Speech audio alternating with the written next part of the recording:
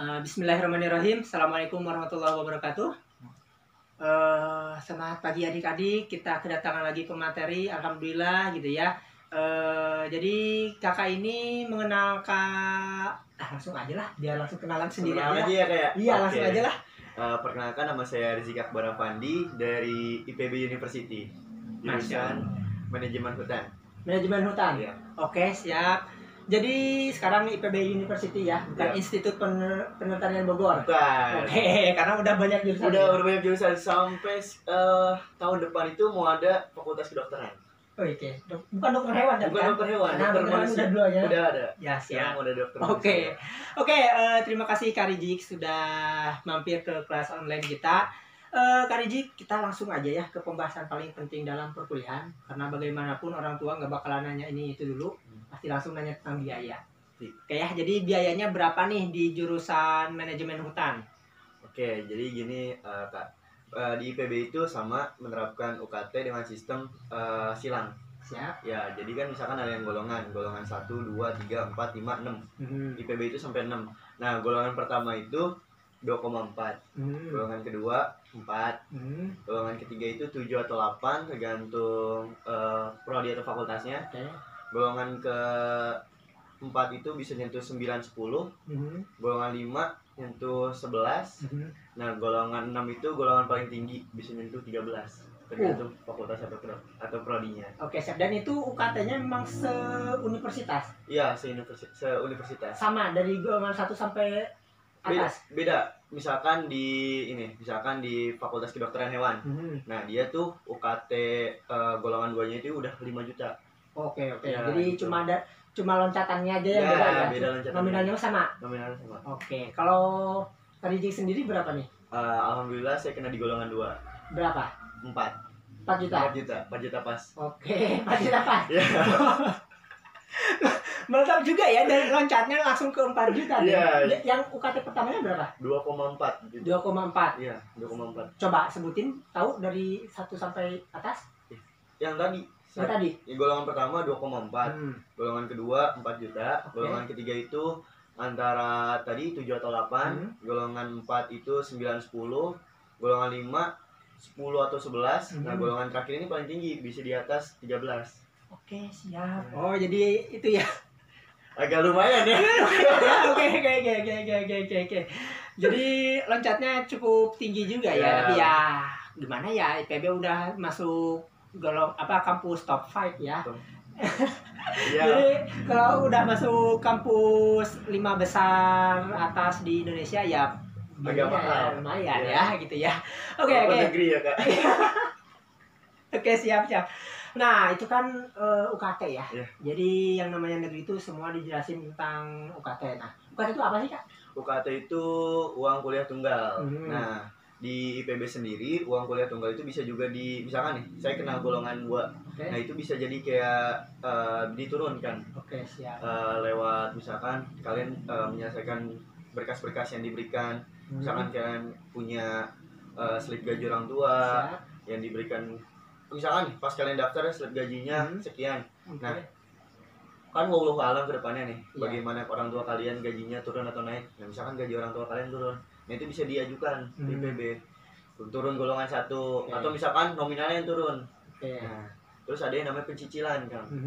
Nah, pencicilan di sini bisa beberapa kali. Misalkan dari yang saya 4 juta. Nah, itu bisa dicicilnya 2 juta per 2 bulan ataupun sebulan 1 juta.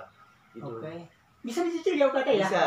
Alhamdulillahnya itu baru ada kapan ya? Kalau nggak salah itu lupa sih, tapi bisa dicicil. Ada proses pencicilannya. Jadi nggak langsung bayar sekali ya? Ya, tapi banyak berkasnya. Banyak berkasnya. Oke, nggak apa-apa, setidaknya ada harapan lah ya. Wah, jadi kan tadi kita kan terkejut karena cukup agak jauh ya. Agak tinggi ya, tapi kalau misalnya masih bisa dicicil ya alhamdulillah ya.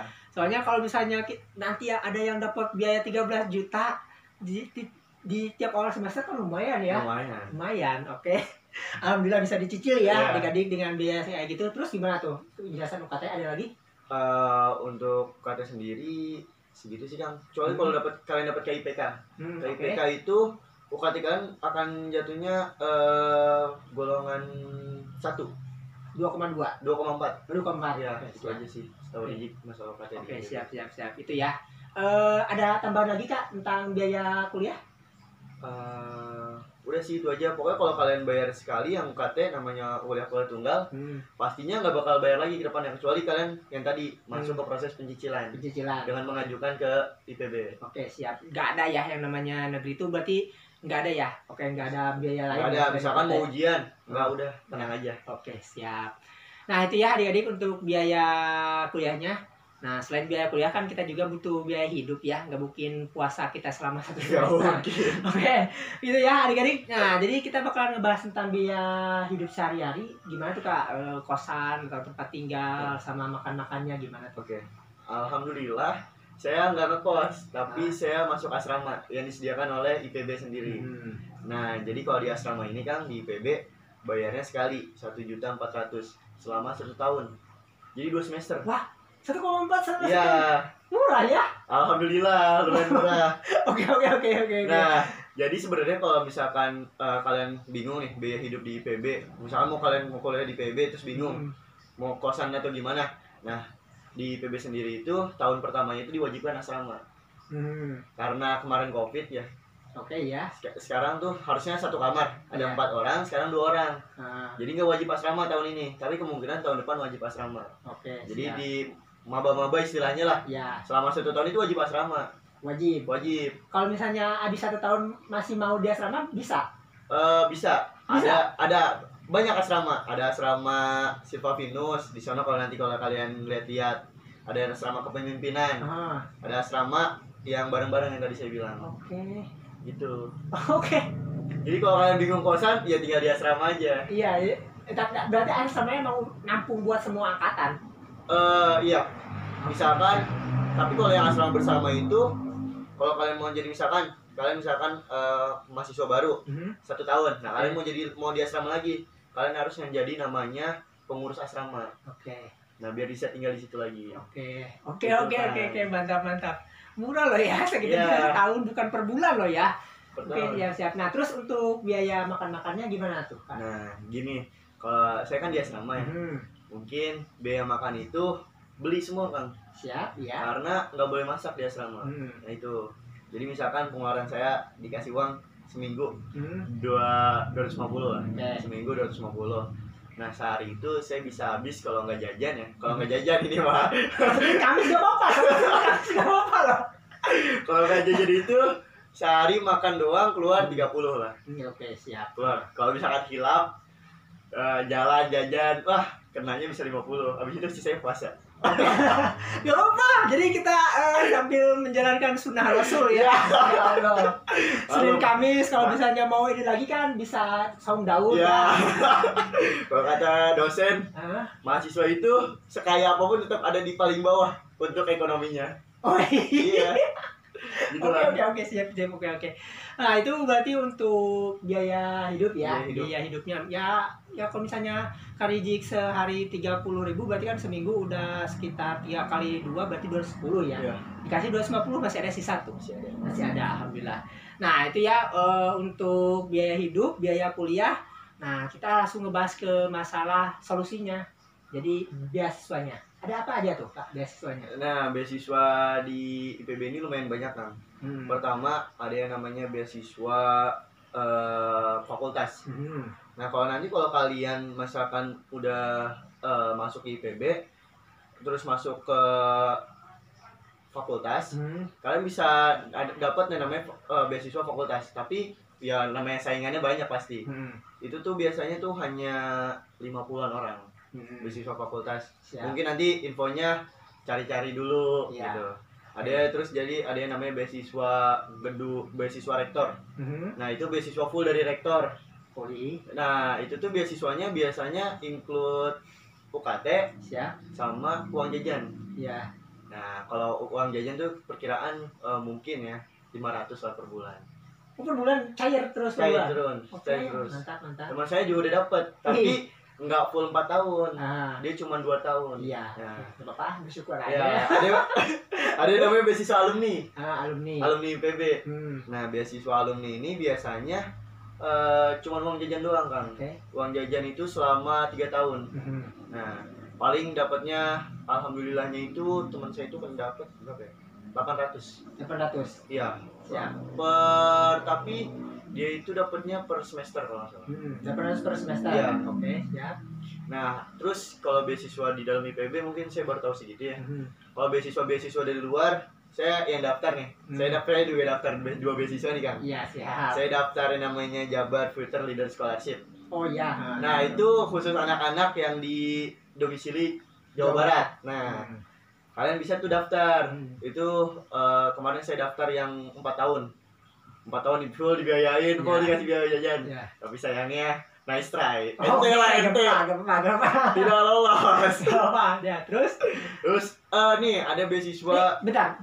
JFL itu kan 50 jutaan ya? Iya. Ya kan? Ya, oke, Coba. gak apa-apa. Malu Soalnya beasiswa. ada kakak-kakak tingkat sekolahmu ada yang Ada yang dapet. Kak kan? Ya. Ya, jurusan matematika di UIN Bandung. Iya, benar. Ada. Dia juga udah masuk ke kelas kita. Wih. Iya, keren di Kak tuh. Keren tuh. 50 juta dapat. Tapi ya 50 juta itu emang udah dapat langsung ke rekeningnya dia, cuma cairnya kan per semester gitu kan. Biaya kuliahnya dibayarin.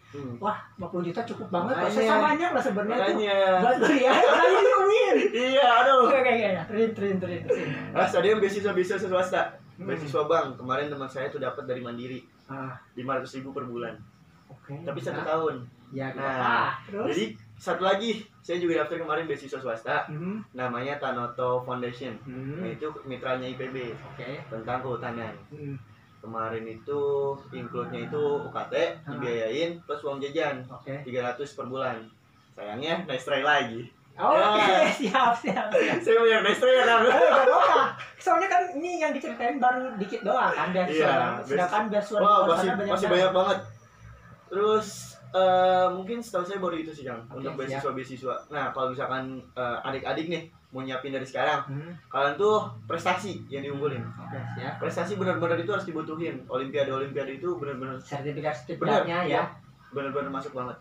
Apalagi kalau kalian jago bikin esai. Itu udah ya, bagus sih. soalnya semua beasiswa biasanya harus buat esai kan. Iya, rata-rata esai. Jadi kalian tuh mau ngapain gitu rencananya kalau dapat beasiswa ini atau bikin gimana apa? Gitu. Itu penting banget tuh ya.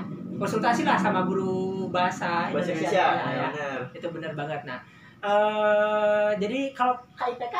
Kalau KIPK itu teman saya nih, kan di asrama wajib KIPK. Pokoknya yang KIPK itu wajib tinggal di asrama. Nggak bisa ya? Nggak bisa, harus. Nggak boleh ya? Nggak boleh, harus. Jadi itu KIPK-nya itu dia dapat 1,2 tiap bulan. Tiap bulan? Cair tiap bulan? Cair tiap bulan. Mantap ya? Wah, sejahtera. Soalnya kan emang kebijakan kampus buat KIPK itu kan beda-beda ya. Ada yang cair per 3 bulan, ada yang akhir semester. Tapi di IPB tiap bulan. Tiap bulan. Teman kamar saya yang satu asrama tuh dia tuh KIPK. Jadi KIPK itu sistemnya mungkin kalian bakal nunggu agak jangka waktu lama. Misalkan masuk perkuliahan Agustus. Nah, kalian baru dapat itu kemungkinannya itu November. Nah, November ini cair langsung 2 bulan. Tapi bisa diambilnya 1 bulan. Oke. Nah, gitu, Kang. Wih. Pokoknya kalau misalkan kalian bingung masalah ekonomi keluarga mau kuliah, daftar dulu coba KIPK. Oke, siap. Insya Allah terbantu banget itu. Oke, mantap. Jadi berenergi ini ya kalau ngebahas beasiswa tuh emang banget. Oke, harus dapat. Ya apa? Nyoba di semester 2 kan. Nyoba pasti di semester 2. Pasti nyoba. Nah, jadi Kak Rijik juga emang dari awal kan menyeritain beasiswa ini pasti beasiswa setelah menjadi mahasiswa ya. Iya, pasti. Malah ngomongin KIPK malah di akhir gitu kan Kak Rijik. Iya. Jadi memang beasiswa itu lebih banyak jadi mahasiswa. Ketika menjadi mahasiswa. Tapi basicnya harus kalian dapat di SMA. Betul banget. Itu tuh yang penting. Ya kalau misalnya kalian nggak dapat beasiswa KIPK lah. Karena beasiswa sebelum jadi kuliah biasanya cuma KIPK ya. Cuma KIPK doang. Jadi kalau misalnya kalian nggak dapat KIPK ya coba daftar dulu aja ya, siapa tahu nanti dapat beasiswa lainnya gitu ya kayak. Bener banget. Oke gitu ya adik-adik untuk tentang beasiswa. Kita lanjut ke pembahasan tentang selama kuliah ngapain aja nih belajarnya. Woi, selama kuliah nih. Nah, pokoknya for your information lah, bahasa kerennya FYI. FYI kalau di IPB itu kita tuh misalkan tahun pertama nih. Kalau misalkan kan kampus-kampus lain udah masuk mata kuliah program studinya. Misalkan udah ada kalau dari saya kan kehutanan, misalkan udah ada etika kehutanan, tata kelola hutan, itu udah masuk pembelajarannya di semester 1 awal. Ya. Kalau saya itu ada yang namanya di PB, PPKU, program pembelajaran kompetensi umum. Nah, di sini itu kita bakal belajar bareng-bareng pelajaran dasar. Oke, siap. Misalkan saya kan ranahnya sains teknologi, Ya. kehutanan lah ibaratnya. Nah, saya bakal ketemu lagi namanya biologi dasar, kimia, terus sama itu pelajaran yang buat masuk ke program studinya. Ada bahasa Indonesia, bahasa Inggris, ekonomi, sosiologi, itu bakal dapet. Oh iya. Ada satu mata kuliah khusus di IPB. Setiap satu semester nih dapat, namanya pertanian inovatif. Semua jurusan. Semua jurusan dapat. Oke. Nah, gitu. Jadi ibaratnya kalau orang banyak bilang tuh SMA kelas 13 lah.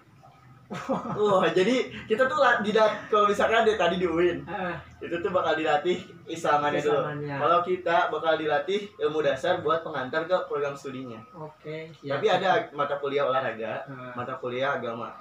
Olahraga, jadi kalau ada di lapang olahraga. Ada di lapang olahraga. Tapi olahraganya beda nih, kan.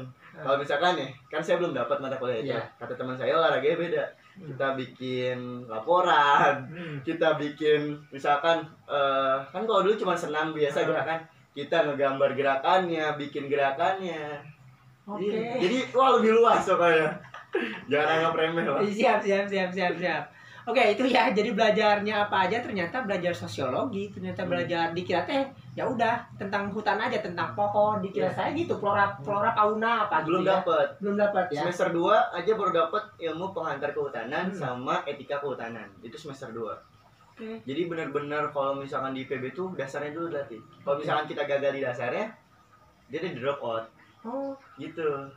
Mantap ya, langsung drop out. Iya, langsung drop out udah. Oke. Namanya juga kampus Big Five.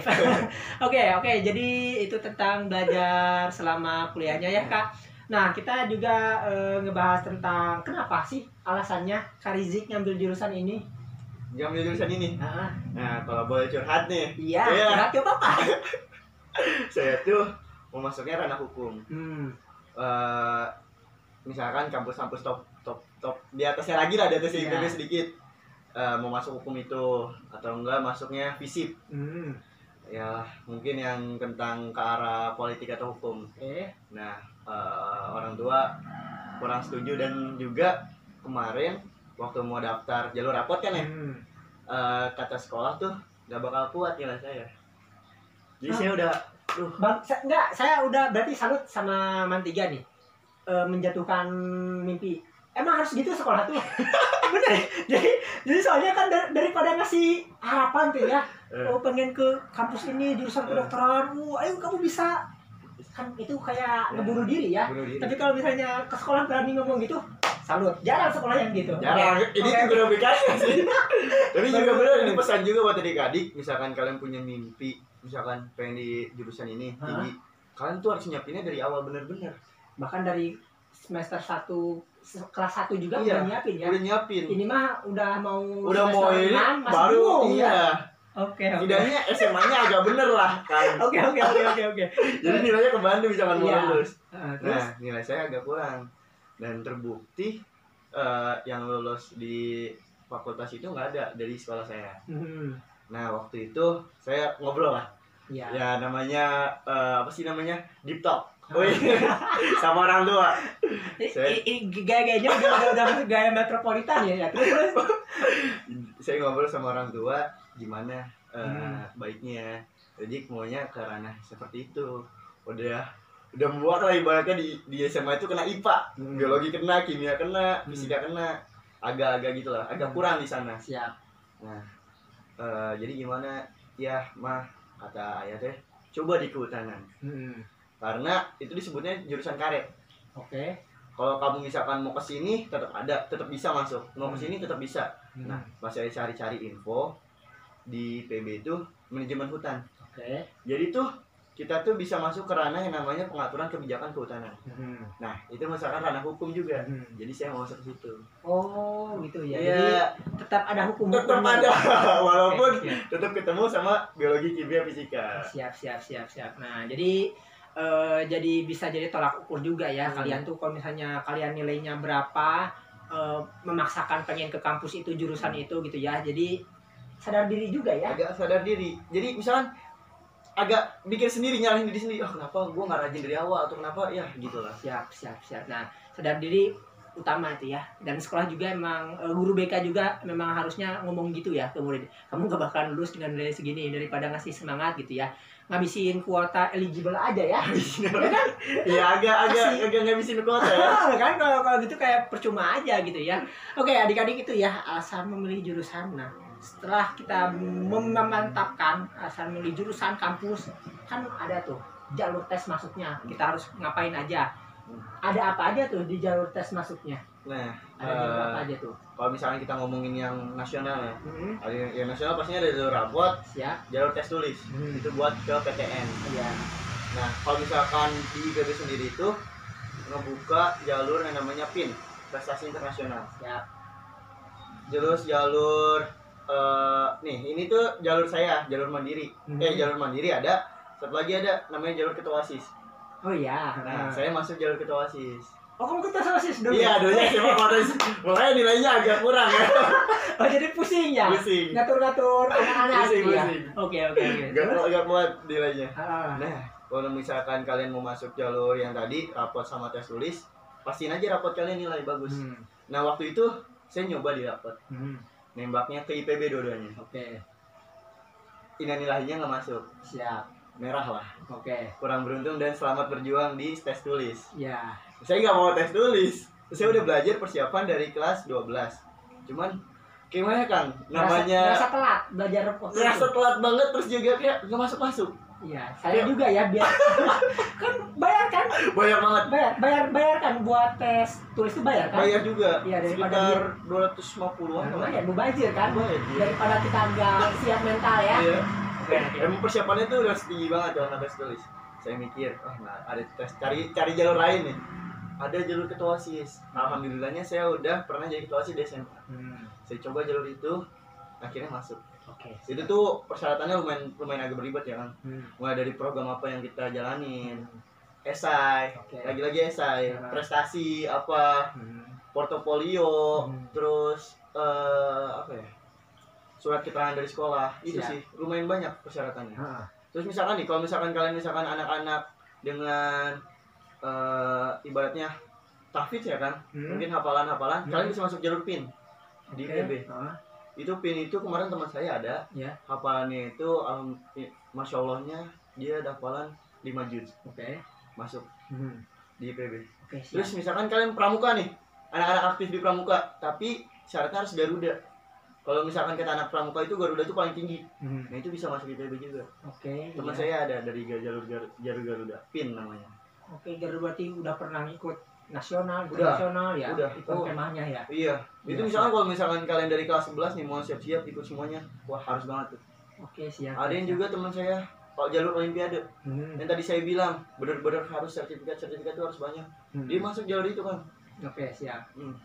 Oh, berarti Mbak. mantap juga ya. Kalau yang lain kan sertifikat tuh ya minimal kota atau kabupaten atau provinsi ya. Tapi kalau ini mah udah nasional ya saingannya ya. Iya, emang udah secara nasional. Oke. Orang-orang gila sih isinya PIN sama tes tulis tuh. Siap. Kelihatan di kelasnya beda. Siap. Ada lagi? Mungkin jalur mandiri terakhir. Hmm. Yang biasa jalur mandiri itu ibaratnya itu ya tes bersama di IPB. Oke. Ya mungkin UKT-nya bakal kena yang paling tinggi. Siap. Itu sih yang Oke, kalau berarti cuma mandiri aja ya yang katanya paling cukup tinggi. Iya. Oke. Kalau misalkan jalur yang lain nih, jalur nasional atau jalur yang saya nih, jalur PIN, jalur ketua OSIS, Ah, itu mungkin kenanya sesuai slip gaji orang tua. siap. Slip gaji orang tua. Kalau jalur mandiri udah otomatis sih. Ya, otomatis ya. Udah jalur ujung. Ujung juga. banget itu kalau mau masuk. Siap. Nah, salah satu jalur yang disebutkan tadi kan ada jalur tahfiz ya. Kalau jalur tahfiz sih emang kalau misalnya kita udah punya Wah. hafalan banyak di kampus manapun, di jurusan manapun itu Bisa banget. Udah kalau dalam bahasa Sunda mah tinggal nyanghap hungkul ya. Ya, bener. Gitu. Bener Jadi banget. kalian masya Allah ukti sama akhi ya. Kalau misalnya udah punya hafalan beberapa juz, kalian tinggal daftar ke kampus-kampus mana aja dan pilihlah yang kira-kira bakalan menunjang buat kalian gitu ya. Cuma udah tinggal nyanghap hungkul gitu kalian mah ya. Bahasa Sunda mah ya. Bener banget. Gitu. Insya Allah ukti. Ukti lagi. Oke, itu untuk jalur tes masuknya ya. Kita langsung ke ini pertanyaan orang tua juga ya. Jadi orang tua juga pasti bakalan nanya gitu ya. Nanti kamu kalau ngambil jurusan ini kedepannya mau kayak gimana gitu ya? Rencana karirnya kayak gimana gitu, prospek kerjanya kayak gimana? Gimana tuh Kak? Mungkin ya kalau di IPB sendiri tuh ada yang orang sebutnya Institut Perbankan Bogor. Iya. Sebenarnya dari tadi saya pengen ngomong gitu, cuma kan saya agak ini ya, nggak apa-apa, ini bener. Soalnya kamu datang ke bank manapun terdekat di rumahmu, tanya deh sama dia atau sama tellernya, dulu kuliah di mana? IPB. Kenapa banyak yang kayak gitu? Nah jadi kita tuh lebih banyak ke misalkan di kehutanan. Mungkin orang bilang kenapa sih orang kehutanan masuknya ke bank, ranah bank. Nah jadi di IPB sendiri itu kita banyak berpengaruh ke masyarakat sama ke hitung-hitungan. Nah di sana sendiri mungkin banyak dibutuhkan di perbankan. Kedua perbankan bisa yang tadi saya bilang ya, karena banyak tuh lulusan IPB kerja di perbankan. Kedua itu kalau misalkan prodi saya sendiri itu bisa ke penyuluhan hutan. Penyuluhan itu orang yang beraksi di lapangan, misalkan sosialisasi terus tentang pencegahan, penjagaan itu bisa dari saya. Terus kedua tentang tata kelola hutan. Nah tata kelola hutan sendiri mungkin kerjanya di Kementerian Kehutanan ya. Tapi kan harus bisa nembus tuh. Sama pengaturan pengaturan kebijakan tata kelola hutan. Nah itu yang saya pengen masuk ke sana kan tanahnya. Siap. Jadi tetap aja, emang udah tadi udah diomongin dari awal ya, pengennya tentang itu. Pengennya harus. Coba kan ini penjabaran lebih lengkapnya gitu ya. Oke itu ya, jadi buat yang masih bingung nanti kalau ngambil jurusan ini mau kemana, nah itu jawaban dari Kak Rizik. Nah Kak Rizik, kita udah masuk ke sesi akhir, jadi langsung kita ke saran ya. Saran apa yang mau Kak Rizik sampaikan buat adik-adik SMA, silahkan. Oke, yang pertama yang tadi saya bilang, kalau misalkan kalian mau masuk kampus impian kalian dengan program jurusan impian kalian, kalian harus siapkan benar-benar dari awal. Misalkan dari kelas 11 sudah punya target, benar-benar harus disiapkan, jangan leha-leha. Terus SMA sekolahnya yang benar, nilai itu emang benar-benar penting gitu loh.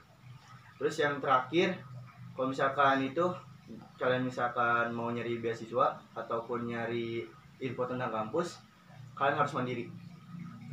Benar ya. Gini, mungkin dari diri sendiri dulu aja. Ada kemauan nggak? Jangan pernah kalau misalkan kalian nggak terima di sini nyalahinnya orang lain atau nyalahin pihak dari sekolahnya. Benar-benar harus dari diri sendiri. Betul. Apalagi yang jalur selain raport ya. Kalau jalur raport sih masih ada kaitannya sama sekolah kan. Sekolah yang daftarin kan. Bener banget. Tapi kalau misalnya jalur selain raport ya harus kalian sendiri gitu ya. Terus terakhir ini mungkin nanti kalian udah lulus SMA, persiapkan mungkin kalau orang-orang bilang banyak kehidupan baru dimulai. Ya. Bener-bener itu sih. Itu aja sih saran dari saya buat adik-adik kelas. Oke, adik-adik itu ya saran dari Kak Rizik ini ya sangat ekspresif sekali Kak Rizik.